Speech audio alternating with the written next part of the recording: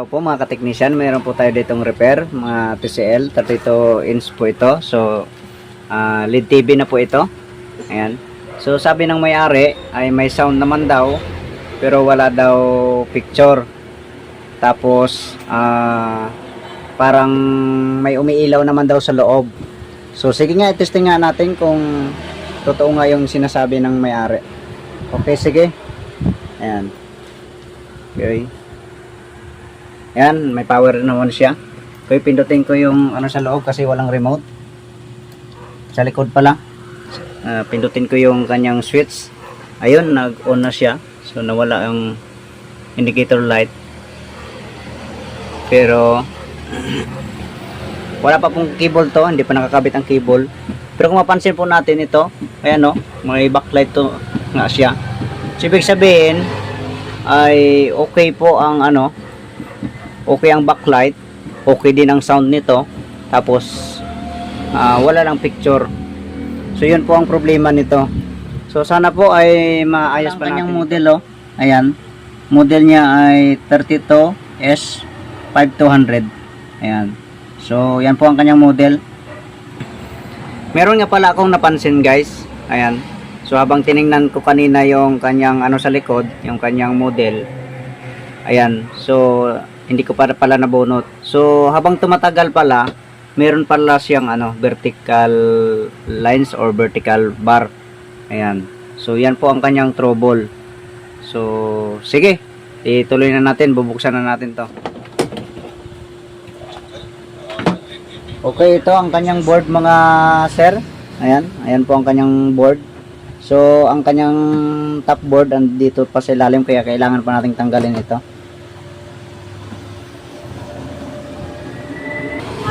Okay, ito na po, nabuksan na po natin. So ito ang kanyang top board, napakaliit lang po nito. So para sa akin ito ay bago itong ano na to, itong panel niya. So ang kanyang DC-DC andito sa main board. Tapos mayroon lang siyang isang IC dito oh. So ayan. Tapos napansin ko na parang wala siyang mga naka-indicate na mga data, mga BGL or BGH, di kagaya sa ibang panel na meron talaga. So ipasilip nga na, ipasilip ko po sa inyo. Ayan. So wala siyang naka-indicate na data kung may BGL o wala. Kaya medyo mahirap-hirapan po tayo na mag ano niyan, mag check voltage, pero meron na rin man akong idea kung paano yan i-check. Kaya mamaya sasabihin ko po sa inyo. So ayan, kung mapansin po natin ay talagang single cope lang po siya. Tapos ni-research ko nga sa Google. So kahit sa ibang mga YouTuber ay itong panel na to wala pa akong nakita na naka-repair sila ng ganitong ano, design. So sige, subaybayan nyo po ang channel na to. So, nawa po ay tapusin nyo po hanggang matapos para mas mabigyan pa po kayo ng idea. So maragdagan ng idea. So lalo na sa mga newbie. Pero sa mga batikan ng mga technician, sa mga matagal na, sisiw lang po ito. Talagang lalo na yung mga naka-avail ng mga seminar sa mga LED TV. Okay, sige. Simulan na po natin. Okay, ito, naka-plaster na tayo. So ito ang ating tester. Dito lang po tayo magtingin. Tapos siyempre pakinggan nyo yung mga sasabihin ko kung ano, ayan, na mga konting karagdagan dito. So sabi ko nga kanina, wala itong mga data, walang nakalagay na naka-indicate na mga BGL, BGH o ABDD. So ang idea ko lang po dito mga ka-technician ay ganito. So kung walang naka-indicate, kung mapansin po natin, marami po siyang SMD. Ayan. So karamihan ko po kasi sa ganitong mga board, ang ginagamit na kapasitor ay yung ganitong non-polar. Kaya bihira na lang sila gumagamit ng electrolytic. So pag mga ganito kalaking mga mga kapasitor or SMD ay may posibilidad po na may voltahe po yan. Madalas ang ginagamit ng ibang mga technician, ang target nila itong coil na to. Ayan, itong coil. Pag nila yan, inject sila diyan ng So ang tanong, paano kung walang mga coil? Ayun, o di kaya sa mga IC kagaya nito, sa mga DC-DC na IC. So kagaya nito ng mga IC. So paano kung walang masyadong kapasitor at tapos hindi mo masyadong matrace kung saan yung IC pumunta. Ayan. So ang idea natin na may dagdag dito, i-share ko sa inyo ay itong mga kapasitor ay ginagamit nilang filter. So maaring may voltahe talaga yan. Okay, sige. So alam naman natin na pamilyar natin ang mga voltahe sa BGS, BGL. So mga Bcom nya, mga HABDD, HABA, yan, ganun. Okay, sige. So isaksak na po natin ang ang TV. Ayan. Tapos dito tayo mag-abang sa na to, sa coil. Ayan, dito tayo sa coil mag-abang. Tapos ayan, naka-standby pa lang po yan. So i-switch on ko po. Ayan, so may lumabas po na 12 volts. Ayan, lumabas ang 12 volts. So una dito tayo mag-check sa capacitor na to, SMD. Ayan, may 15 volts.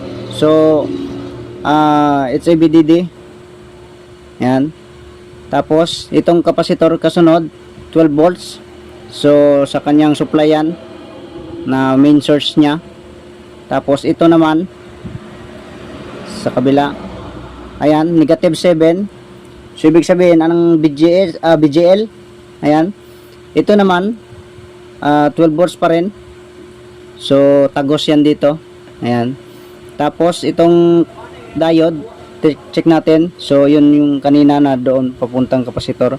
Tapos ito naman, ayan, parehas lang din sila. Ayan, isang connection lang. Kasunod, ayan, so may 6, maaring Bcom po yan, 6 volts, maaring Bcom, pero hindi lang ako sure. Basta ganun lang din ang madalas nating na check kasi na tester.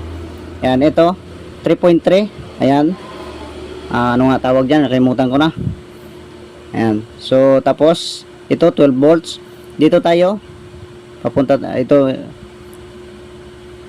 ayan, 6 kanina, check na natin yun. Ito, check natin ito. Ayan, 15 din. So tagos na yan po siya dito papuntang top board.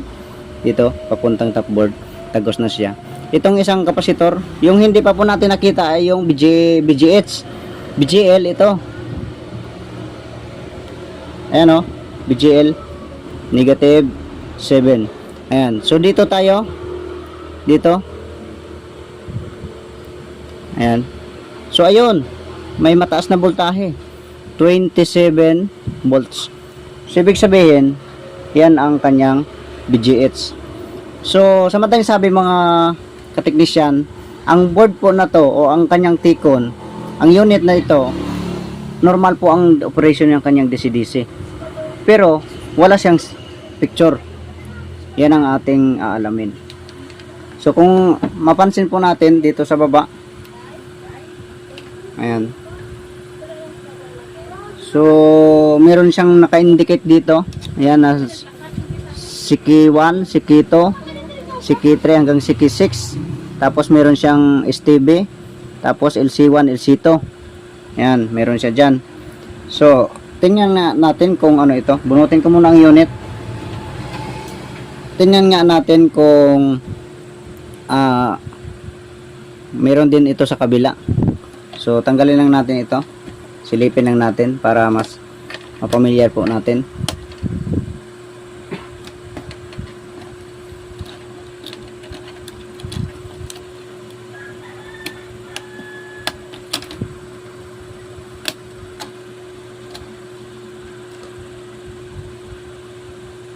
Ayan.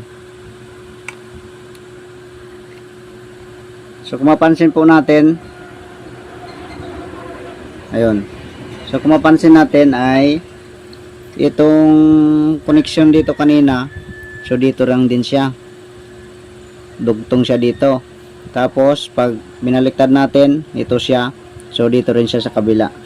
Ayan. So yun ang mga connection ng mga CKB. Okay. So subukan natin na mag-cutting method tayo.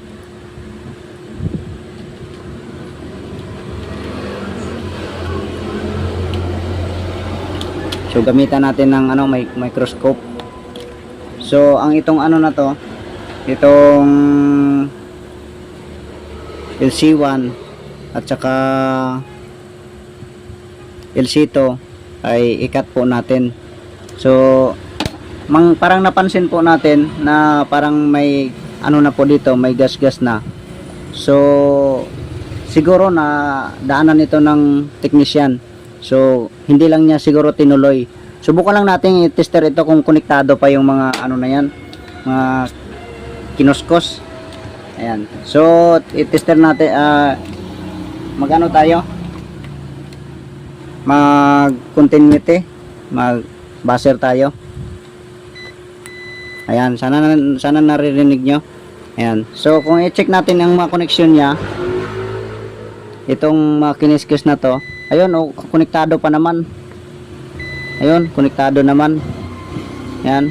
So okay naman yung mga yung kinuskos na yan. Ayan. So wala namang pinutol. So siguro nag-try siya dito na na putulin, or baka hindi nga tinuloy lang. So kasi dito may kiskis rin dito. So baka nagsubok lang din siya. Okay, sige. So katingin natin 'yan. Subukan natin katingin ang ang LC1, LC2 para malaman natin kung ito ay lalabas o hindi. Okay, sige. I-pause ko muna ang video. Okay, ito na po. Nakating na po natin yung LC1 at saka LC2. Ayan, magkatabi lang po yan. Ayan. So ayan yung naka-indicate LC1 at LC2. So check natin kung konektado pa. Katingin natin, i-tester natin. Ayan, ito po yung LC1. Ayan, so wala na. Ito LC2. So wala na. So itong isa ay na, bale CKB. So i-check nga natin ito kung konektado yung kasunod. Ayan, so konektado siya. Ayan. So itong dalawa nakating na natin. Ayan. So pasensya na po kayo dahil hindi ko pala kanina na na tester yung LC1, LC2 kung normal. Pero hindi ko pala napakita sa inyo, pero na-check ko po, na saglitan ko kanina, na inject ko ay normal naman ang LC1 at saka LC2. So hindi ko lang nakuhaan ng video. Okay, sige sige, natin, mag-check voltage tayo uli diyan sa LC1 at saka LC2.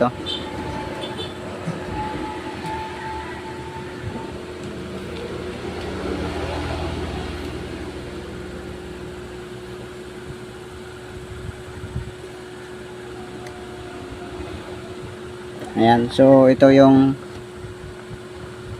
hindi masyado makita. Okay, DC.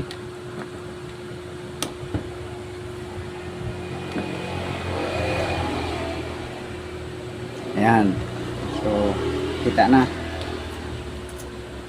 Okay, i-ground natin ang tester, ang negative. Kasi saksak po natin ang unit. Ayan, tapos i-on natin ang switch. Ayan, ito umilaw. Ayan, namatay na. Ayan. So So, i-check natin dito kung ano kung LC1, LC2 nga ito. Ang LC1 po at saka LC2 ay swapping voltage po yan. Ayan. Kung mapansin po natin, negative 7, negative 27. Tapos, kasunod, okay, ganon din. Ayan. Ganon din. So, ito naman, check natin ito. Ayan. May lumalabas na negative 6 pero hindi nagpapalit-palit. So, nakating na kasi natin. Ito naman, negative 6 rin. Ayan. Sige nga, tingnan natin ang screen kung meron na siyang picture.